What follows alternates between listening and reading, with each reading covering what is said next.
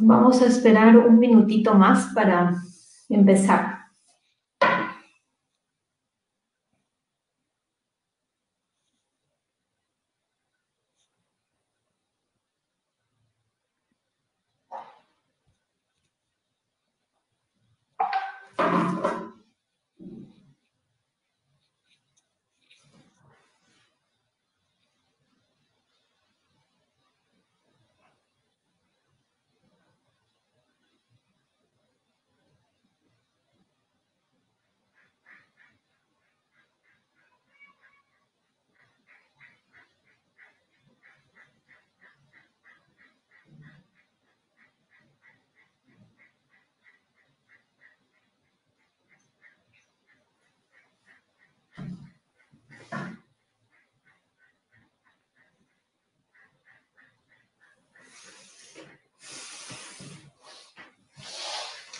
Esperamos un minuto más, ¿ya, Eduardo? Para empezar. Creo que vas a seguir en...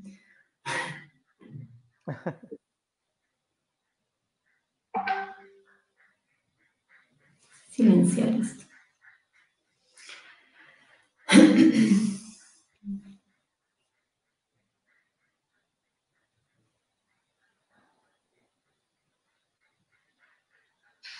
Esperamos un minuto. Creo que vas a seguir en... Ya.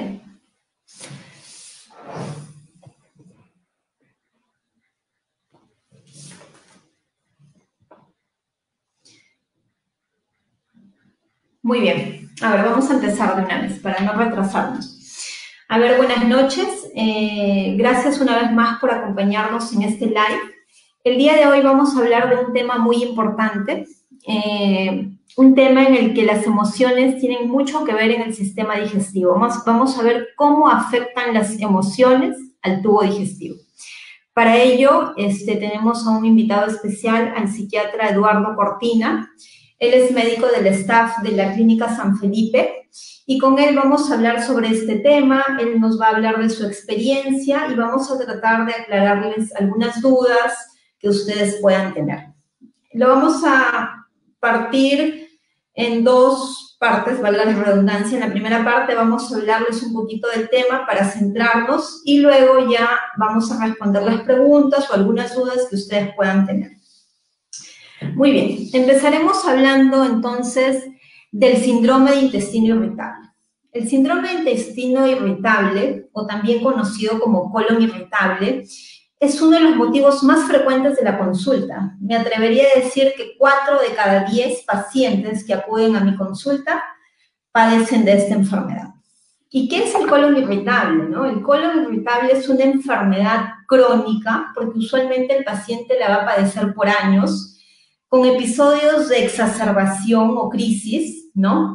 En el que los síntomas se van a intensificar y que generan un problema en el funcionamiento del tubo digestivo. Pero no hay una causa orgánica. ¿A qué me refiero cuando digo una causa orgánica? Me refiero básicamente a que no hay tumores, no hay úlceras, no hay inflamación, no hay infección, etcétera, ¿no? Eso es algo importante que tienen que saber los pacientes, que prácticamente su intestino está sano, sino que el problema es en el funcionamiento, en la motilidad. ¿Qué manifestaciones suelen tener estos pacientes? Usualmente el paciente refiere dolor abdominal. Es el motivo más frecuente de la queja que ellos nos refieren, ¿no?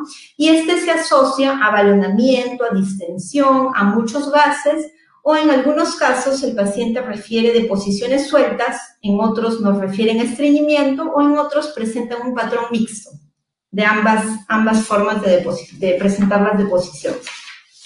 Ahora, la pregunta es, ¿cuál es la causa de esta enfermedad? Realmente no existe una causa única, ¿no? Es un problema, como sabes, Eduardo, multifactorial, en el que es claro que tiene que ver el eje cerebro-intestino. Muchas veces le digo a mis pacientes, el intestino es como nuestro segundo cerebro.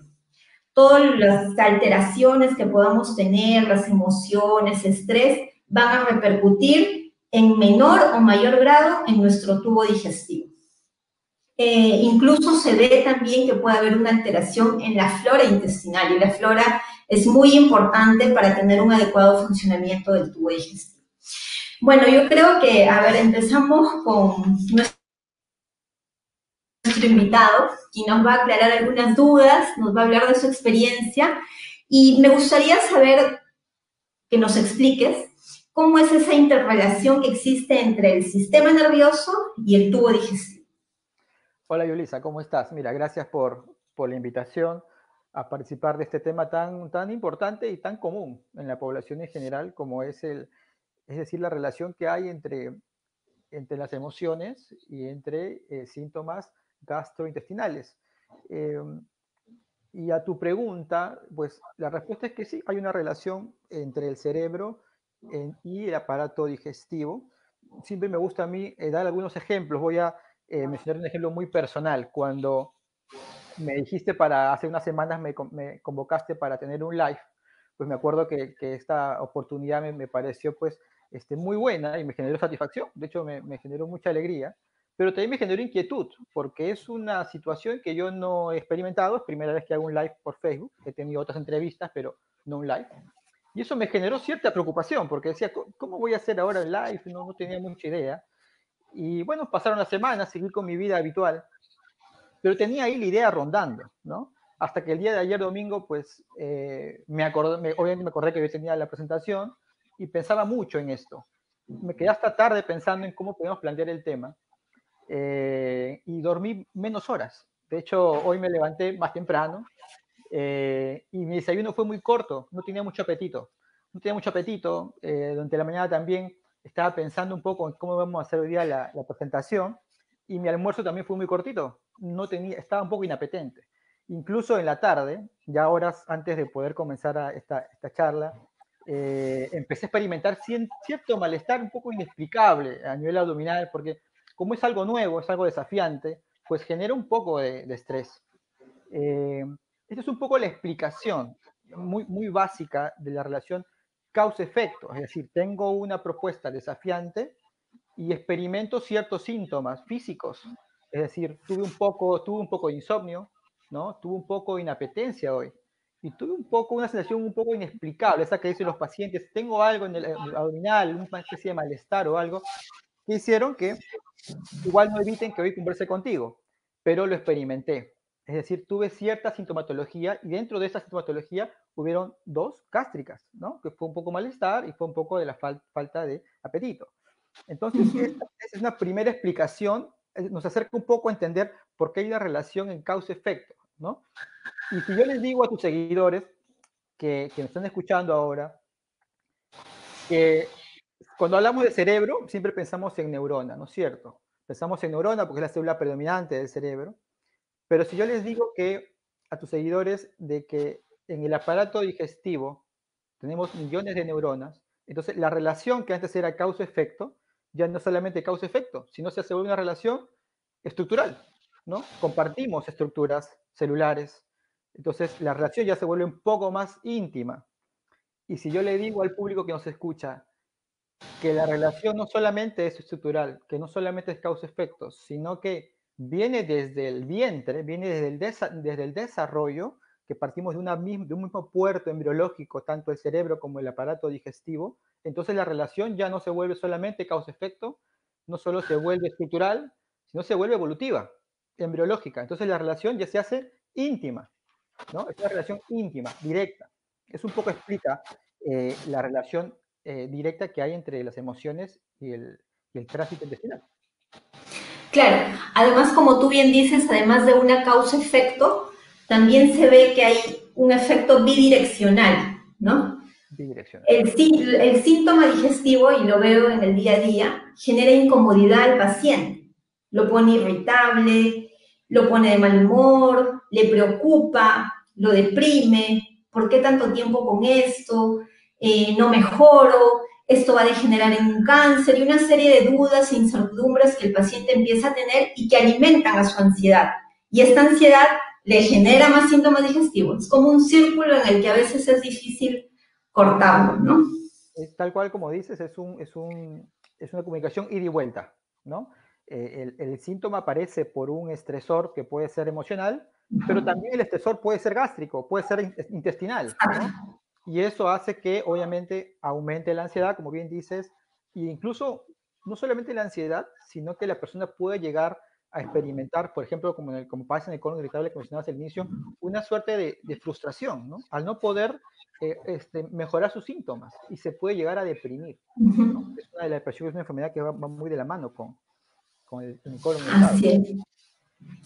¿Y cuáles son los problemas? Hay muchas enfermedades psiquiátricas o algunas situaciones, eventos que se asocian más a problemas digestivos. En tu práctica clínica, ¿cuáles son las enfermedades psiquiátricas más frecuentes que has visto asociación con problemas digestivos?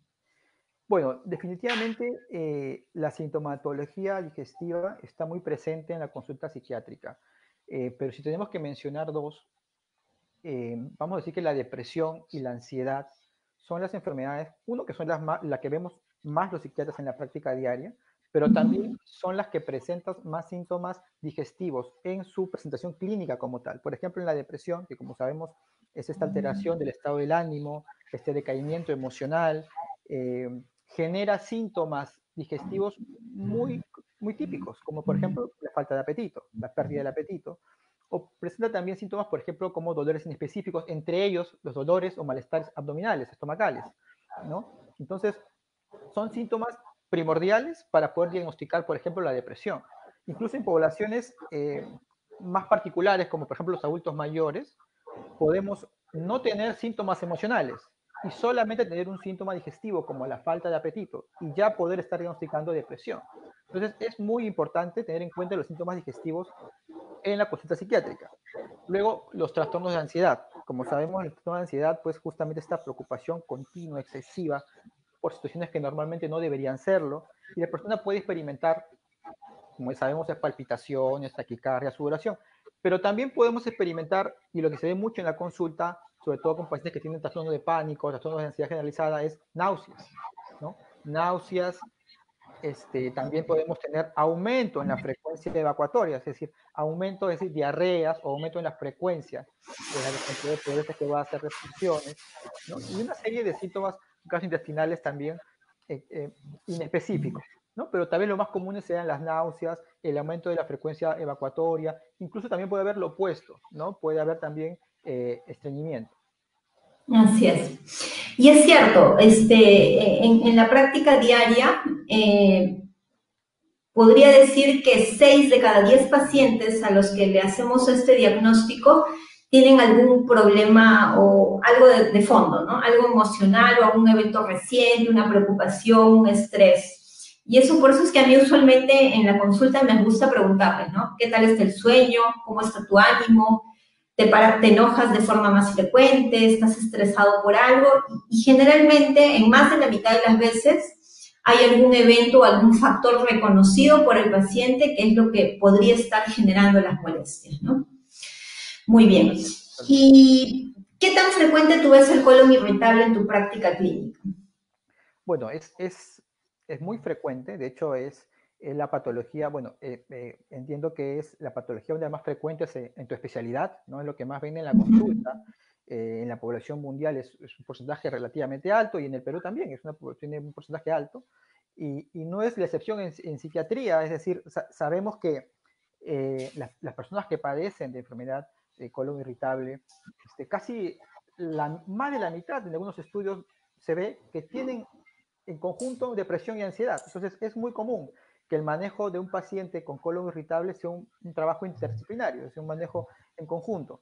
Es muy frecuente y es muy frecuente ver pacientes justamente con patologías asociadas, como mencionaba al inicio, depresivos o pacientes con trastornos de ansiedad. Y lo que sí se ha visto en la consulta, que es lo que hacemos diariamente, es una evolución positiva cuando el manejo es en conjunto. Es decir, el manejo en conjunto a través de la parte del especialista gastroenterólogo como en la parte del psiquiatra. En unos casos vemos un manejo farmacológico para manejar tanto la depresión como la ansiedad. Y en otros casos es necesario, en otros casos es solamente manejar la psicoterapia o estilos de vida. Ujú. Muy bien, y en algunos casos también incluso necesitamos el apoyo del nutricionista, ¿no? Porque hay que hacerles algún tipo de dieta individualizada, que también es importante, ¿no? Tampoco queremos restringirle todos los alimentos y más o menos ir orientados caso por caso, ¿no?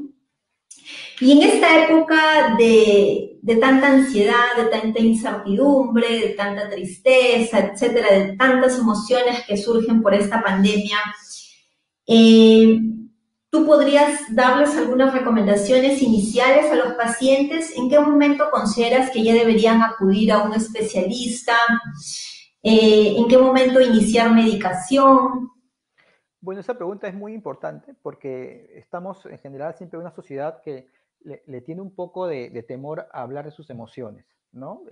A veces tenemos el temor de rápidamente decir que nos sentimos mal y que estamos pasando por un mal momento, tanto de angustia como de depresión, el temor a ser señalados, ¿no? Estigmatizados. Entonces, sí es importante, como una primera recomendación, es empezar a aprender a reconocer nuestras emociones, es decir, a poder autoobservarnos en cómo nos sentimos, poder identificar qué síntomas tenemos en diferentes situaciones. Por ejemplo, el ejemplo que puse personal al inicio, ¿no? Este evento nuevo generó en mí una serie de síntomas, pero no fue un impedimento para que hagamos esta conversación. Hay mucha gente que sí, un evento amenazante, desafiante, evita que tengamos una reunión, no se presenta, se la pasa mal, tiene síntomas de diarrea, entonces altera su vida diaria. Entonces, un momento crucial para buscar un especialista es cuando altera tu día a día, tu vida diaria, es decir, Su pierdes una, calidad de vida. pierdes una propuesta, pierdes una presentación, pierdes un trabajo, una relación, un viaje, ¿no? Entonces, cuando altera tu día a día, es cuando uno debe pedir una ayuda, es lo principal. Otra recomendación importante es trabajar mucho el tema de la respiración, de la relajación, del ejercicio físico. Creo que eso también contribuye mucho a regular los niveles de estrés de todos, ¿no? Diarios, y así evitar, ¿no? Un poco la idea es que si el cerebro está tranquilo, pues los demás órganos, en ellos el intestino, el aparato digestivo, también va a estar tranquilo, ¿no? Entonces un poco la idea. Y un tercer consejo que creo que es el objetivo también de esto es que las personas que padecen o sospechan que padecen algo como esto, busquen a un especialista comprensible, porque a veces está ahí el problema, es decir, las personas tienen síntomas, tienen malestar, va a un especialista que solamente le hace un diagnóstico, le da pastillas y se va a su casa. La idea es que el abordaje sea una persona que pueda entender el síndrome en conjunto, el problema en conjunto y puede tener un abordaje amplio, ¿no? Claro, así es. A ver, vamos respondiendo algunas preguntas, que ya veo algunas por aquí. Eh, Dice, ¿cuáles son los síntomas que pueden presentar las personas que evidenciarían ansiedad, depresión y estrés? Y si estos también pueden apreciarse en los niños. Eso creo que ya para ti, ¿no? ¿Cuáles serían los síntomas que presentarían las personas que tienen ansiedad, depresión o estrés? Y si es que esto también puede verse en los niños. Bueno, como dijimos en una de las preguntas, en caso de la depresión, uno de los síntomas, hablando de los síntomas gastrointestinales, pues es la falta de apetito, ¿no? La pérdida de apetito en caso de la depresión. Es lo principal, es el síntoma que tal vez es más importante en la depresión pues, y más en niños y en adultos mayores, ¿no? Respondiendo un poco a la pregunta. En niños se puede ver un poco también la falta de apetito. Cuando no hay falta de apetito, el niño tiene más dificultad para expresar sus emociones, para describir cómo se siente. Entonces tenemos que ser observarlos mucho, porque tal vez está en la pérdida de apetito o el no comer la alimentación que le dan a la lonchera en el colegio, puede ser un anuncio de que el niño esté pasando por una depresión. O por ejemplo, el niño también que no va al colegio porque le duele la barriga, ¿no? El dolor existe, no es un dolor inventado, pero a veces el problema no es tan funcional, sino el problema es un problema mucho más emocional y es un anuncio también que el niño está pasando por una situación estresante o por una situación emocional. También con la ansiedad aparece. Cuando son niños se ve mucho la ansiedad, el aumento de la alimentación, aumento de la frecuencia en la alimentación más que la falta de apetito cuando son síntomas de ansiedad. Y en el adulto, pues la ansiedad, como le dije hace un momento, genera pues esta alternancia, ¿no? Entre síntomas como la diarrea y el estreñimiento. Así es. A ver, vamos a ver. Tenemos otra pregunta más. ¿Qué es la gastritis nerviosa? Bueno, Junet, ¿qué tal? Gastritis nerviosa propiamente no es el término, ¿no? El término que usamos es dispepsia funcional. ¿Y qué es la dispepsia? ¿No? La dispepsia son los típicos síntomas que suelen ser ardor en la boca del estómago, sensación de llenura, estás a la mitad del plato y parece que hubieses comido 2 platos de comida, un poco de náuseas, acidez, a eso le llamamos dispepsia. Realmente la mayoría de las veces, estos pacientes que acuden por dispepsia tienen una gastritis mínima, no tienen helicobacter, no tienen úlceras, no tienen alguna otra causa que explique la molestia. Y eso es lo que llamamos nosotros dispepsia funcional, que es como decir, así como el colon irritable afecta al intestino, la dispepsia funcional es una manifestación de una gastritis, entre comillas, funcional, ¿no? Porque realmente, como hemos explicado al inicio, la manifestación puede ir de la boca incluso al ano, ¿no? Hay pacientes incluso que llegan con la molestia de tengo mal aliento o tengo boca amarga. Eso también es una manifestación de ansiedad. ¿Qué nos puedes decir de eso, Eduardo? Por supuesto, todos los síntomas que has mencionado son manifestaciones de ansiedad. Incluso se ha visto que los síntomas de ansiedad, que antes eran mucho más comunes, que la persona llegue por emergencia presentando pues típicas palpitaciones, típica sudoración o sensación de infarto, ahora ya es increíble cómo ya va migrando la sintomatología y ahora está predominando mucho la sintomatología digestiva. Ahora los pacientes llegan con sensación de llenura, de no poder pasar la alimentación y de náuseas, ¿no? Entonces, es verdad, los síntomas digestivos, ya a ese nivel, ¿no? Pueden claramente anunciar que el problema está también a nivel psiquiátrico, a nivel psicológico. Así es. Muy bien. A ver, acá nos pregunta Elliot. A partir de la segunda semana de la cuarentena, he pasado con dolor de estómago y parte izquierda. Bueno, supongo que en el lado izquierdo, ¿no? He bajado de peso, estoy comiendo poco por miedo al dolor. Esto ha afectado mucho mi calidad de vida. He tratado de comer sopas, dejé los embutidos, la leche, el café y no mejoro. El dolor de estómago se va y regresa. Esto podría ser un signo de colon irritable por ansiedad. Sí, verdaderamente, ¿no? O sea, tienes dolor abdominal, tienes alteración en las deposiciones, inapetencia, has restringido la dieta. Tampoco, lo que pasa también con algunos pacientes, y aquí es muy importante que restringen su dieta, prácticamente empiezan a comer solamente sopitas, calditos, infusiones y no los nutrientes que requieren, ¿no? Tampoco es necesario suspender la alimentación. Hay que ver cuáles son los alimentos que les pueden empeorar los síntomas y suspenderlos, pero no es necesario suspender todas las verduras, todas las frutas, ¿no? Etcétera. Y si es cierto, tu manifestación sí podría ser un síntoma de ansiedad, ¿no? Sí podría ser un síntoma de ansiedad. A ver, aquí nos dice Mónica, tengo ansiedad y cuando sube mucho no me da ganas de comer y se me suelta el estómago. Llevo varios días sin poder respirar bien y con dolor de estómago. Una manifestación más también, ¿no? De ansiedad. Claramente. Así es. Muy bien. Acá también nos dice, tengo amargor en la boca y sequedad. Eso es muy frecuente. Boca amarga, saliva espesa por las mañanas, ese mal aliento, muchas veces está asociado a ansiedad y a depresión. ¿Qué otros síntomas usualmente manifiesta un paciente ansioso, Eduardo? Aparte de las molestias digestivas. Bueno, un paciente ansioso, lo que predomina en un paciente ansioso es la preocupación, ¿no? Exagerada o desproporcional a los eventos estresores, ¿no? Por ejemplo, una de las preguntas mencionaba que, y justo lo respondías, es que la persona, porque ya tiene un dolor, porque tiene un malestar, por ejemplo, digestivo, empieza a pensar que tiene algo malo, algo crónico o algo catastrófico. empieza un ciclo de ansiedad anticipatoria, es decir, el temor a tener algo en el futuro. Entonces, por eso la persona restringe su dieta, ¿no? Se cuida mucho más, ¿no? Incluso tiene temor a ir a la consulta que le digan que tiene algo malo. Es justamente el síntoma típico de la persona que tiene ansiedad, el temor a que le digan que tiene algo malo y lo excluye a veces de la consulta.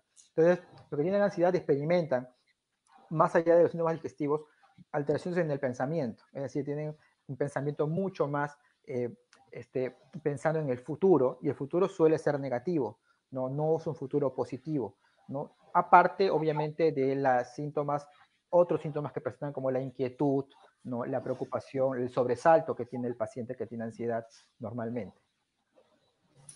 Sí, eso es muy frecuente, como tú dices, ¿no? La ansiedad puede ser el gatillo, el desencadenante, el factor que hace que se perpetúe el colon irritable, eh, puede ser una consecuencia también de padecerlo. Y por eso es muy importante para nosotros darle la tranquilidad al paciente, que no tiene nada orgánico. Yo muchas veces le solicito algunas pruebas, exámenes de sangre, de heces, para de forma indirecta saber que no tienen nada grave, severo o que ponga en riesgo su vida y que estamos frente a un colon irritable, ¿no? Porque es cierto, muchos pacientes creen que tener durante mucho tiempo deposiciones sueltas o ser estreñido le va a desencadenar en un cáncer y eso no es cierto, eso tiene que quedar claro. Colon irritable no está asociado a cáncer en el futuro, ¿no? Eso es importante que ellos lo sepan. Y es muy común, Muy ¿eh? bien. En la consulta. Muy común ver a ese paciente que viene con temor a tener una enfermedad cancerosa, ¿no? Es decir, y justamente eso es lo que a veces se atiende en la consulta psiquiátrica, el temor a tener una enfermedad crónica terminal, ¿no? Se llega a buen puerto cuando hay un abordaje terapéutico, la persona realmente llega a entender su enfermedad, ¿no? Y eso evoluciona favorablemente, ¿no? Muy bien. Acá dice, ¿de qué manera puedo controlar la crisis de ansiedad? Ya que cuando me da, me duele el brazo izquierdo, tengo hincones en el lado izquierdo del pecho y otros síntomas más. Y bajé de peso y no puedo subir de peso. Bueno, es una muy buena pregunta. Hay que tener un abordaje muy personalizado. Normalmente cuando la persona tiene un solo episodio de ansiedad, una sola crisis de ansiedad, y no vuelve a aparecer nunca más, es solamente una crisis, y puede manejarlo con la respiración, puede manejarlo tal vez en algún momento con algún ansiolítico muy puntual, ¿no? Pero cuando esto se vuelve repetitivo, se vuelve más constante, presenta una o dos veces a la semana o más, entonces estamos hablando ya no de una situación puntual, de una crisis de ansiedad, estamos hablando de un trastorno de ansiedad, que requiere un abordaje mucho más amplio, que puede ser, como le digo, psicoterapéutico, es decir, psicológico, terapias que ayuden a afrontar la ansiedad, a identificar qué es lo que dispara la ansiedad en la persona, pero también a veces necesita un abordaje psicofarmacológico. ¿Por qué? Porque muchos de los síntomas de la ansiedad, como lo mencionaba Yulisa al inicio, muy bien, tiene un carácter multifactorial. Entonces, por más que esté mejorado la parte psicológica, hay una parte química que también hay que poder resolver. Entonces, a veces el abordaje tiene que ser también psiquiátrico. En el caso de la pregunta, pues cuando uno tiene una crisis, mejor que puede hacer primero es tratar de controlar su respiración. Uno aconseja hacer respiraciones dentro de un solo, o de una bolsa, por ejemplo, de papel, en el cual uno puede hacer su propia respiración para poder controlarla, y mientras la crisis va pasando, es la forma de que la persona es consciente de la cantidad de veces que va respirando, y de esa forma lo va bajando, porque la crisis de pánico, la crisis de ansiedad, tiene un tiempo de duración, no es eterna. No ha habido estudio hasta la fecha que demuestre que una persona fallezca por crisis de pánico. Ok, muy bien. Acá nos dice Mónica, ¿la solución sería evitar el factor que dispara la ansiedad o exponerse? Muy buena pregunta también. Acá tiene que ver mucho con el estilo de vida y con lo que pretende la persona, ¿no? Vuelvo al ejemplo inicial que puse, eh, a lo que yo experimenté antes de tener esta charla. Yo soy médico psiquiatra y voy a tener muchas charlas seguro de aquí en adelante, entonces son situaciones en las cuales yo tengo que superar, ¿no? Cada vez me irá mejor, cada vez podré hablar con más tranquilidad y cada vez poder estar más tranquilo.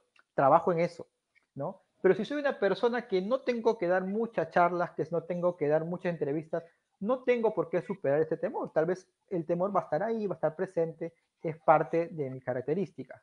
Por ejemplo, si yo quiero ser piloto y me dan miedo las alturas, no, pero me muero por ser piloto, entonces sí tengo que trabajar en esa fobia, en ese temor, porque no por tener un temor a las alturas voy a dejar de ser piloto, ¿no? Pero si yo soy una persona que no va a volar más que una vez al año, no es necesario que yo maneje mi fobia. Es decir, todas las fobias, todos los temores, todas las ansiedades no tienen que ser tratadas, solo cuando limitan nuestro accionar diario. Exacto. Porque acá dice, en la misma pregunta que nos hizo Mónica, perdón, la solución nos dice sería evitar el factor que dispara o exponerse, porque en mi trabajo nuevo hay mucha presión y hace 2 años no trabajo. Mi ansiedad me daba problemas. El año pasado tuve un ataque de pánico por otro motivo y mi ansiedad bajó mucho con ayuda. Pero ahora en este trabajo se disparó y no sé si seguir o abandonar porque mi estómago se pone tieso. Sí, en realidad es lo que pasa mucho, es lo que vemos en la consulta diaria. Muchos profesionales, muchos ejecutivos también que tienen que hacer presentaciones o que la situación estresante de los trabajos como está en la actualidad les genera muchas crisis. Entonces, realmente la persona pierden trabajos, pierden oportunidades por sus crisis. Entonces, sí es importante que la persona sí se trate, sí busque ayuda, busque primero un diagnóstico, ¿no? Un correcto diagnóstico y después una terapia, que como le digo, puede ser psicoterapéutica o puede ser también psiquiátrica, puede ser Farmacológico. farmacológica, ¿no? Ujú. Farmacológica. Muy bien. Acá nos dice Eileen, siento mucho dolor en el pecho, como si tuviera pastillas que se han quedado como atracadas, por eso prefiero tomar sopas para que pase rápido. Bueno, eso sí es algo muy frecuente, ¿no?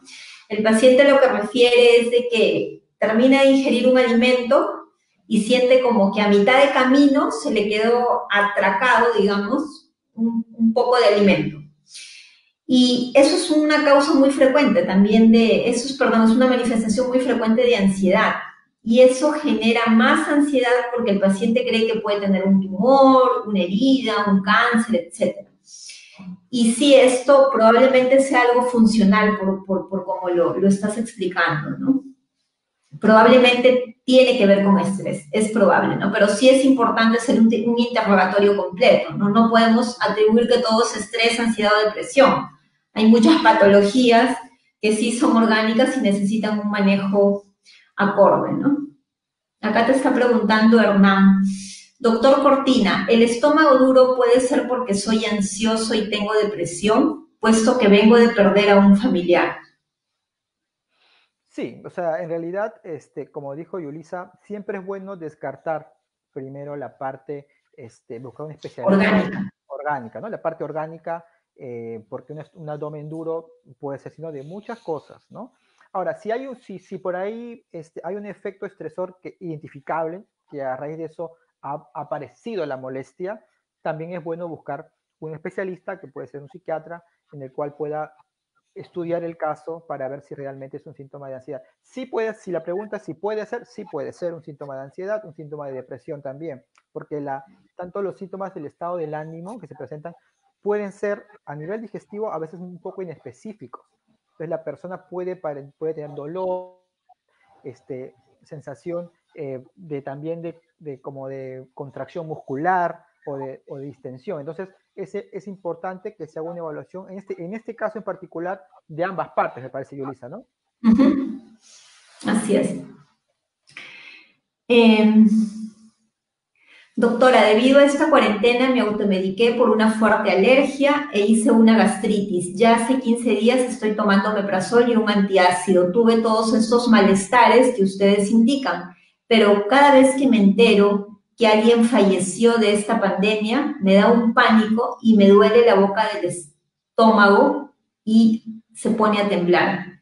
¿Qué podría ¿Qué podría tomar para controlar mis nervios? Bueno, en ese caso, si me permite responder, Yulisa, me parece que está experimentando un síntoma netamente de ansiedad, ¿no?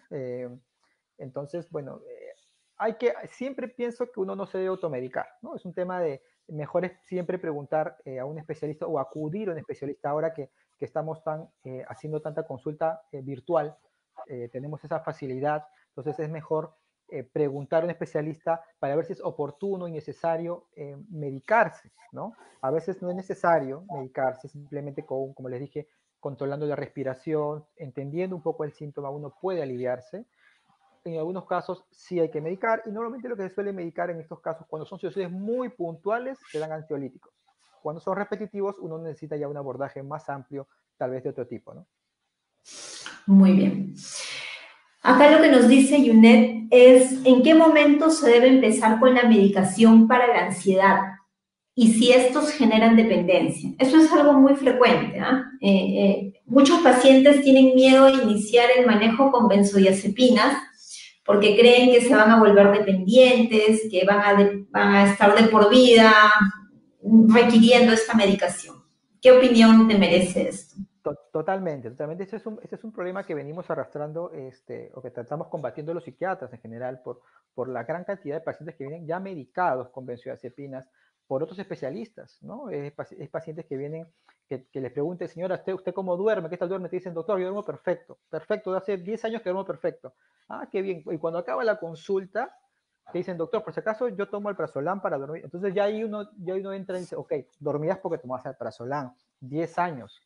Y después retirarlo se puede, pero es muy difícil. Entonces, esta dependencia que existe de este tipo de fármacos es por un tema también de psicoeducación, por un mal uso de estos medicamentos a lo largo de la historia. Es algo que estamos tratando de corregir. Respondiendo un poco a la pregunta, ¿cuándo empezar un tratamiento para ansiedad? Un tratamiento farmacológico. Un poco la idea es que se empiece un tratamiento, como decíamos hace un momento, cuando el síntoma limita la vida diaria de la persona, cuando es mucho más fuerte el síntoma y que llega de alguna forma invalidar a la persona. ¿Se suele dar ansiolíticos? Sí, pero solamente las primeras semanas. Estamos hablando incluso de que se ha visto en los estudios que el tiempo promedio de usar un ansiolítico debería ser entre 2 y 3 meses.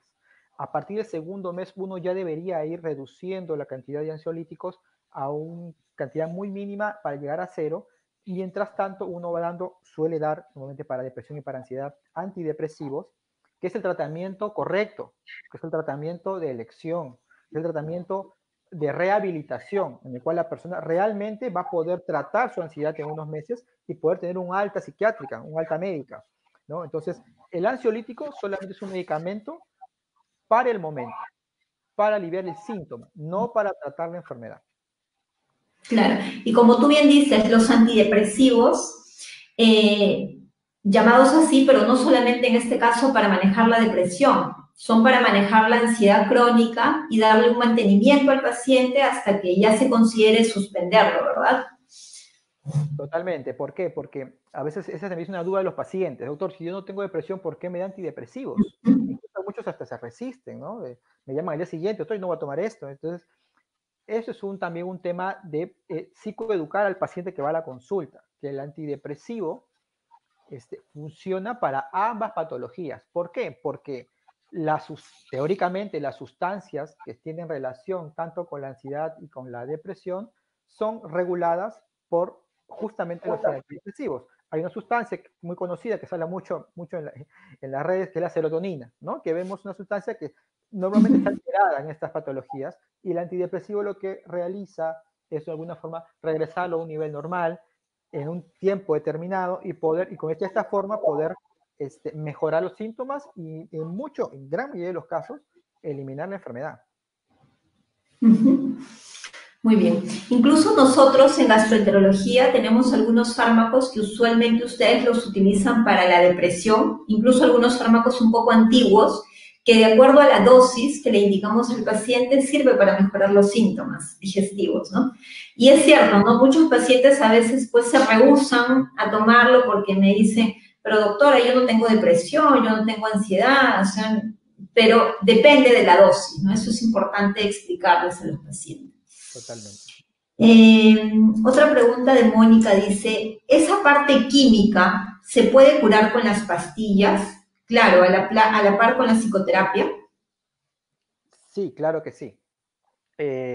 Justo lo que explicaba recién, cuando uno tiene una enfermedad psiquiátrica, estamos hablando de la ansiedad y la depresión, que es lo más común en la psiquiatría, hablamos de lo multifactorial, es decir, hay un factor eh, psicológico, hay un factor hereditario, hay un factor histórico, biográfico, ¿no? Lo que la persona ha vivido, y hay un factor químico, que justamente es donde ataca aquí la medicación, ¿no? Entonces, la idea es que el tratamiento farmacológico ayude a mejorar este factor para que la persona tenga mucho más chances de salir de su cuadro ansioso, de su cuadro depresivo, ¿no? A la par, normalmente en la mayoría de casos se tiene que tener una psicoterapia. ¿Para qué? Para que la persona realmente llegue a entender lo que le está pasando, ¿no? Llegue a entender cuál es el síntoma que está teniendo y que también pueda manejar su ansiedad para cuando termine el tratamiento farmacológico.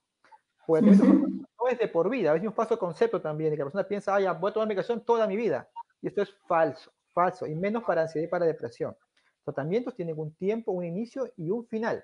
Y la psicoterapia justamente ayuda, y ayuda mucho, para que la persona pueda manejar su ansiedad sin fármacos. Muy bien. A ver, aquí nos pregunta Carla.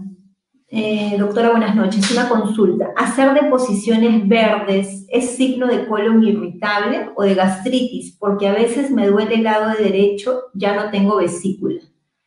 Bueno, el hacer deposiciones verdes probablemente significa que tiene un tránsito acelerado. Normalmente las deposiciones empiezan siendo verdes hasta que llegan, hasta que salen y ya se hacen un color más oscuro, marrón, ¿no? Pero si tienes deposiciones verdes, probablemente significa que tu tránsito es acelerado.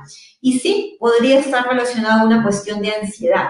Eso no es gastritis, claramente, hay que diferenciar. Algo que sí me parece importante aclarar es que la mayoría de pacientes cuando llegan a la consulta y les pregunto, ¿por qué? ¿Cuál es la molestia por la que viene? Y muchos ya me dicen, vengo porque tengo gastritis. Y no, no es así. O sea, todo malestar digestivo no es gastritis. Es más, la mayoría de veces no es eso. La mayoría de veces es un colon irritable, estreñimiento, etcétera, ¿no? Gastritis no tiene en este caso que ver con tu molestia, probablemente, ¿no? Aquí nos pregunta Gabriela, ¿la fobia social tendrá peor pronóstico que un cuadro de ansiedad típico? No, no, no, no. La fobia social es un tipo de ansiedad, de hecho también una ansiedad muy común, y al contrario, tiene una buena evolución. Y justamente la fobia social va muy bien cuando es un tratamiento de ambas partes, tanto del psiquiatra como del psicoterapeuta, incluso más del psicoterapeuta, porque ayuda a trabajar mucho las situaciones en las cuales la persona se expone a lo social y de alguna forma puede aprender de manera conductual a manejarse mejor. Entonces, el manejo en conjunto, tanto farmacológico como psicoterapéutico, tiene una muy buena evolución en fobia social, ¿eh? Es muy bueno. Ok. Muy bien.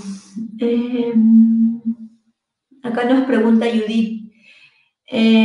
Amanezco con picor en los labios y la garganta reseca, como si tuviera una bolsa en la garganta. Podría tener también que ver con la ansiedad, ¿no? La cuestión es que cuando hay ansiedad hay una alteración en los neurotransmisores y alteran, ¿no?, la composición de la saliva. En algunos casos las pone más espesa, con un sabor más amargo, agrio. Podría tener que ver, es una posibilidad, no podemos asegurarlo. Aquí dice, tengo dolores en la boca del estómago y en estos meses estuve ansiosa. Quiero saber si es gastritis. Esa es la típica pregunta. No toda molestia digestiva es gastritis. Es más, la mayoría de veces no lo es. La mayoría de veces suele ser otra patología, incluido un colon irritable, ¿no? El dolor en esta zona alta no es sinónimo de gastritis, como les digo. Puede ser que estás acumulando gases, que estás estreñida, que tu sensibilidad al dolor está alterada, entre otras posibilidades, ¿no? Acá nos pregunta Gracia, En este momento presento un segundo episodio de dolor abdominal tipo hincada muy intensa en el hipocondrio derecho, acompañado de distensión y timpanismo que no cede con Pridam, omeprazol, simeticona. En el primer episodio me hicieron una ecografía y no hallaron nada. Bueno, llama la atención un dolor tan focal en el lado derecho. Yo insistiría pidiéndote una nueva ecografía porque es importante descartar algún problema vesicular. También podría ser un problema funcional como un colon irritable, pero no podría asegurártelo por este medio, ¿no? Un poco, habría que hacer algunos exámenes. Bueno, aquí nos dice Mónica, el año pasado, después de un ataque de ansiedad, el psiquiatra me dio antidepresivos con ansiolíticos, lo que comentabas. Así es. Pero dijo que el antidepresivo funcionaría como ansiolítico, pero no podía dormir cuando tomaba el antidepresivo y lo dejé. ¿Eso puede pasar? Sí, sí puede pasar dependiendo del tipo de antidepresivo que le haya dado. Es decir, hay que saber elegir el antidepresivo correcto. A veces el antidepresivo tiene algunos efectos secundarios para algunas personas. De hecho, es importante también el horario de la toma, ¿no? A veces hay antidepresivos que se dan en la mañana, hay antidepresivos que se dan en la noche, porque algunos generan insomnio. Y tal vez sea esto lo que le ha pasado a esta persona. Es decir, ha tomado antidepresivo en el horario que no era correcto, o tal vez tuvo un efecto secundario, ¿no? Un efecto secundario a este tipo de medicamento. Por eso que es importante tener bien en claro qué tipo de antidepresivo hay que dar. Y un poco lo que comentaba ahí, creo que le dio antidepresivos para la ansiedad. Sí, los antidepresivos se dan para los trastornos de ansiedad. Así es. Bueno, una recomendación, Mónica, de repente hubiese sido mejor volver a consultar con el médico a ver si te cambiaba la dosis, te cambiaba el horario o te cambiaba el fármaco, ¿no? Cada persona va a reaccionar diferente a un mismo tipo de fármaco, ¿no? Eso no se puede predecir. Así es. Bueno, acá nos dice Manuel, me reincorporé al trabajo y tengo algunas compañeras de trabajo que todo es COVID. Hablan mucho de la enfermedad, pese a que estamos distanciados y con mascarillas. Hay momentos que les tengo cólera por tener que escuchar sus comentarios. ¿Algún consejo para admitir esta nueva convivencia laboral? Bueno, ahorita no todo es COVID, ¿no? Estamos hablando. ¿Alguna sugerencia? ¿Qué podrían hacer? A ver, habla del tema de que se recuperó el trabajo y todas las compañeras están hablando Sus de amigas COVID, ¿no? ya lo tienen harto, es lo que nos dice. Bueno, estamos en una situación, tal vez una situación histórica, ¿no? Creo que nos ha generado a todos, sin excepción, mucha inquietud y mucha incertidumbre. Y esa incertidumbre dispara nuestro pensamiento ansioso porque no sabemos qué depara para el futuro. Yo creo que esto ya nadie es ajeno. Si antes era alguien ajeno a sentir lo que es la ansiedad, hoy por hoy creo que todos, en algún momento de esta cuarentena o este estado de emergencia, hemos experimentado algún síntoma de ansiedad. Este hecho de hablar mucho del COVID y decir que todo es COVID y que estamos hablando de COVID, aumenta nuestra sensación de riesgo. Es decir, aumenta la sensación que tengo yo, que tiene la persona que ve las noticias, escucha esto, de que se puede infectar. Es decir, aumenta la sensación de probabilidad y no de posibilidad, ¿no? Entonces, ¿es posible que te infectes? No, porque se está cuidando, porque se lava las manos, etc. Pero la sensación de probabilidad aumenta de forma increíble y la persona puede sentirse incluso enferma de COVID por algún síntoma menor, ¿no? Entonces, es importante sí alejarse un poco no alejarse de las personas, pero tratar de recomendarles, ¿no? O tratar de no estar tan presente cuando las personas están hablando de esto, porque alteran mucho lo que hemos hablado, estamos hablando desde el inicio, nuestro sistema nervioso, ¿no? Muy bien. Acá nos dice, ¿qué alimentos sirven para mejorar la ansiedad y depresión? ¿Existe algún ¿Qué alimentos para que tú mejorar la... conozcas? Sí. Bueno, en realidad para la ansiedad y para la depresión no existe un alimento específico, pero sí se aconseja una dieta balanceada, ¿no? Una dieta balanceada, obviamente rica en carbohidratos, en proteínas, sobre todo en proteínas, y también pues en vitaminas. Es decir, no hay una dieta específica, por lo menos a nivel de que se hayan hecho estudios serios, ¿ya? Pero sí una dieta balanceada, ¿no? Una dieta balanceada con... Ya. Se habla de algunos alimentos que tienen mayor contenido de serotonina, ¿puede ser? Plátano, palta. Ahí sí, puede ser los plátanos, la palta, Sí, pero no es algo que realmente tenga una evidencia pues tan clara, Científica probada, ¿no? científica probada. Sí tiene más evidencia en los horarios de alimentación, ¿ya? No tanto la alimentación, que tiene que ser balanceada, pero sí los horarios, es decir, que la persona coma a las horas que le toca comer, es decir, que tome desayuno, que se alimente un almuerzo y que tenga una hora de alimentación en la tarde, noche, ¿no? Ujú. Lo que sí es claro es que sí deberían restringir algunas cosas, por ejemplo, el café, el té, alcohol, ¿no? Sobre todo en los cuadros de ansiedad, ¿no? Totalmente, totalmente. La cafeína y la teína en general, pues suele aumentar un poco la frecuencia cardíaca, suele aumentar el estado de alerta, y esto pues favorece a las personas que sobre todo tienen ansiedad, en activar un poco más su ansiedad, ¿no? Y también pues obviamente generan insomnio si son tomados en la noche, ¿no? Entonces sí, y el alcohol obviamente también, siendo un depresor del sistema nervioso, pues no es recomendable en grandes cantidades, no es recomendable si el paciente tiene un problema depresivo o ansioso, y menos recomendable si está tomando medicación. Ok, muy bien. Y hablando aquí, ya que entramos a estilos de vida, ¿qué opinas de la actividad física? Bueno, la actividad física es fundamental, es fundamental. De hecho, más ahora en estos tiempos que estamos teniendo en la coyuntura, es lo que se aconseja, ¿no? Es empezar a tomar un hábito de un ejercicio, porque el ejercicio, esto sí está demostrado, de que disminuye los niveles de estrés de la persona, ¿no? Y por tal cosa disminuye los niveles de ansiedad en la persona. Entonces, y no solamente es eso, sino que el hecho de hacer ejercicio hace que uno ocupe un espacio en su vida, en su día, ¿no? Lo que se le aconseja siempre al paciente que tiene ansiedad, que normalmente el que tiene ansiedad tiene un pensamiento constante, repetitivo, preocupante, es que ocupe la mayor cantidad de su tiempo en actividades, porque así tiene menos cantidad de tiempo para pensar. Entonces está haciendo cosas, llega a su casa más cansado, entonces tiene menos tiempo de preocuparse, menos tiempo de ponerse ansioso por alguna idea que aparezca, y por eso mejora mucho el trastorno en sí, la ansiedad en general. Claro, el ejercicio también hace que liberes algunas sustancias que mejoran tu ánimo, te dan más alegría, optimismo, Totalmente, ¿no? ¿no? Endorfinas y obviamente la serotonina, es decir, esto favorece la producción o el equilibrio de neurotransmisores para que uno mantenga pues un ánimo más equilibrado posible. Muy bien. Aquí Rosa Miranda nos pregunta por qué se produce el cáncer de estómago.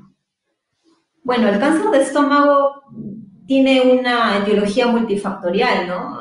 Hay que ver si es que el paciente tiene antecedentes familiares, si él mismo tiene antecedentes de cáncer, si tiene infección crónica por Helicobacter pylori, pero algo que se ve mucho es que el estrés, la ansiedad, en estudios recientes se ha visto que aumentan los niveles de cáncer en general, ¿no? Por esto de la epigenética, ¿algo nos podrías hablar al respecto, Eduardo?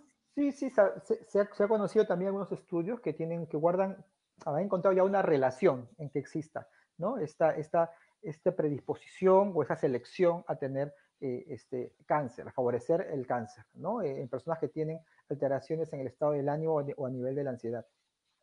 Así es. Muy bien. Aquí Mónica nos dice, yo dejé la misma paciente que nos refirió que suspendió la medicación porque le daba insomnio en las noches. Nos dice, dejé las pastillas el año pasado en cuestión de semanas porque deseaba manejar mi ansiedad sola. Pero ahora, esta semana, tomé un poco de ansiolítico para ir al trabajo porque me invalida la ansiedad, al punto de temblar, caerme y sentir que me desvaneceré. Ahora estoy por hablar con un psiquiatra y la verdad me aterra ir a trabajar sin un poco de pastilla. Bueno, efectivamente está teniendo, al parecer, de nuevo unas crisis de ansiedad que sí ameritan ser tratadas. Por lo pronto, hasta que lleve la consulta con el psiquiatra, eh, puede tal vez tomar la indicación inicial, ¿no? Que le dejó el psiquiatra que fue al inicio, que creo que fue la misma persona que ha consultado, la misma dosis para manejar su ansiedad hasta que tenga la consulta con el psiquiatra, porque siempre es bueno tener una consulta para retomar un tratamiento, pero lo que está haciendo son crisis de ansiedad. Pero claramente sí es evidente que necesita una reevaluación, ¿no? Porque en ese caso como el de ella le está limitando su día a día, su calidad de vida. Totalmente.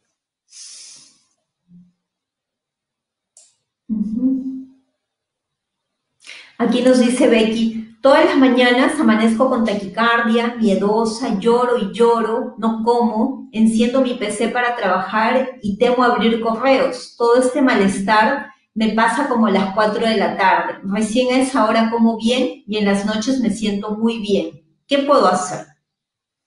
Bueno, claramente tendrías que buscar un especialista, ¿no? Porque me parece que está experimentando algunos síntomas, por lo que escuché, algunos síntomas ansiosos depresivos. Entonces, sería bueno buscar la opinión de un especialista para abordar el tema, ¿no? Muy bien. Bueno, aquí nos dice Manuel, a mí me da hormigueo en los brazos, piernas, como hincones, sudoración y sentía que no podía respirar y entraba en pánico. Eso me dura 5 minutos. Aparte de eso, me empezó a zumbar el oído, pero eso siempre me molesta y una vez me dio tembladera en la pierna que casi me caí. Acudí a una consulta, me dieron fluoxetina y clonazepam. Espero su respuesta. Ya. Bueno, entiendo que tuvo a parecer una crisis de ansiedad, un trastorno de ansiedad, y le da un tratamiento que por lo que leo, por lo que me cuentan, es correcto. Ha usado un antidepresivo, que en este caso es fluoxetina, una dosis creo, entiendo correcta, y clonazepam de 0,5 seguro se lo han dado por un tiempo. Cuando uno tiene un trastorno de ansiedad y es diagnosticado, el tratamiento correcto es dar un antidepresivo normalmente y dar un ansiolítico. A él han dado un antidepresivo que es de última generación, que es lo que se suele dar en estos casos. Hay que esperar que haga el efecto correcto, que nuevamente el efecto correcto del antidepresivo no suele ser un efecto inmediato. Eso es importante que hay que saber a los pacientes. El efecto de los antidepresivos no es de un día para otro, es con el paso de las semanas, puede ser a la tercera o cuarta semana.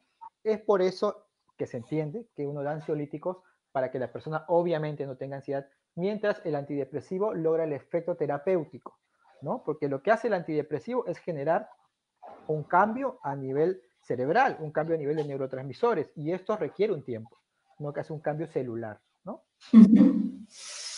Muy bien. Acá nos pregunta Hernán, ¿el COVID deja al paciente depresivo y ansioso? Bueno, pues una excelente pregunta, porque esto hemos hablado hace unas semanas. Lo que se ha visto hasta el momento con las poblaciones a nivel mundial que han sido muy afectadas por el COVID, que se han hecho los primeros estudios, por así decirlo, es que la persona que sale por internación de COVID no está teniendo síntomas depresivos o ansiosos una vez que sale de la internación, ¿ya? Durante la internación sí se está viendo que están experimentando síntomas ansiosos depresivos cuando está internado. Cuando sale, la persona se recupera mucho. Lo que sí puede experimentar con el paso de los meses, si es que no tiene un buen abordaje o no tiene un buen entorno que lo contenga, puede tener un riesgo de experimentar estrés postraumático, ¿no? Es lo que se ha visto en otras epidemias, que es lo que se ha visto en otras catástrofes. Con la experiencia que estamos ahora, que es histórica, no hay todavía evidencia científica que tenga valor, pero sí algunos datos que los acabo de mencionar. Muy bien. Bueno, creo que hemos tratado de contestar todas las preguntas. Y bueno, voy a dar como una especie de resumen y si tú tienes algo más que agregar, perfecto, ¿no? Entonces, el colon irritable, así como otras enfermedades funcionales del tubo digestivo, no hay una causa orgánica. Llámese, como les dije inicialmente, no hay un tumor, no hay una úlcera, no hay infección, no hay un bicho, etc. Lo que suele pasar es de que alguna alteración a nivel del eje cerebro o tubo digestivo está alterada. Podría ser un cuadro ansioso, un cuadro de depresión, el estrés severo o agudo, o algunas otras patologías psiquiátricas, ¿no?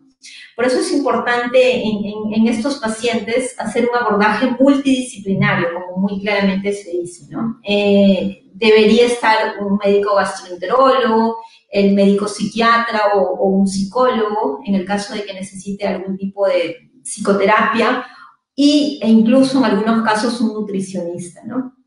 Y es importante saber que estas enfermedades funcionales no van a desencadenar en algún cáncer, no van a generar una enfermedad mortal, severa, grave, y no creer que ir al psiquiatra es sinónimo de estar loco, porque a veces pasa, ¿no? A muchos pacientes les recomiendo, les hago la interconsulta, pero ellos creen que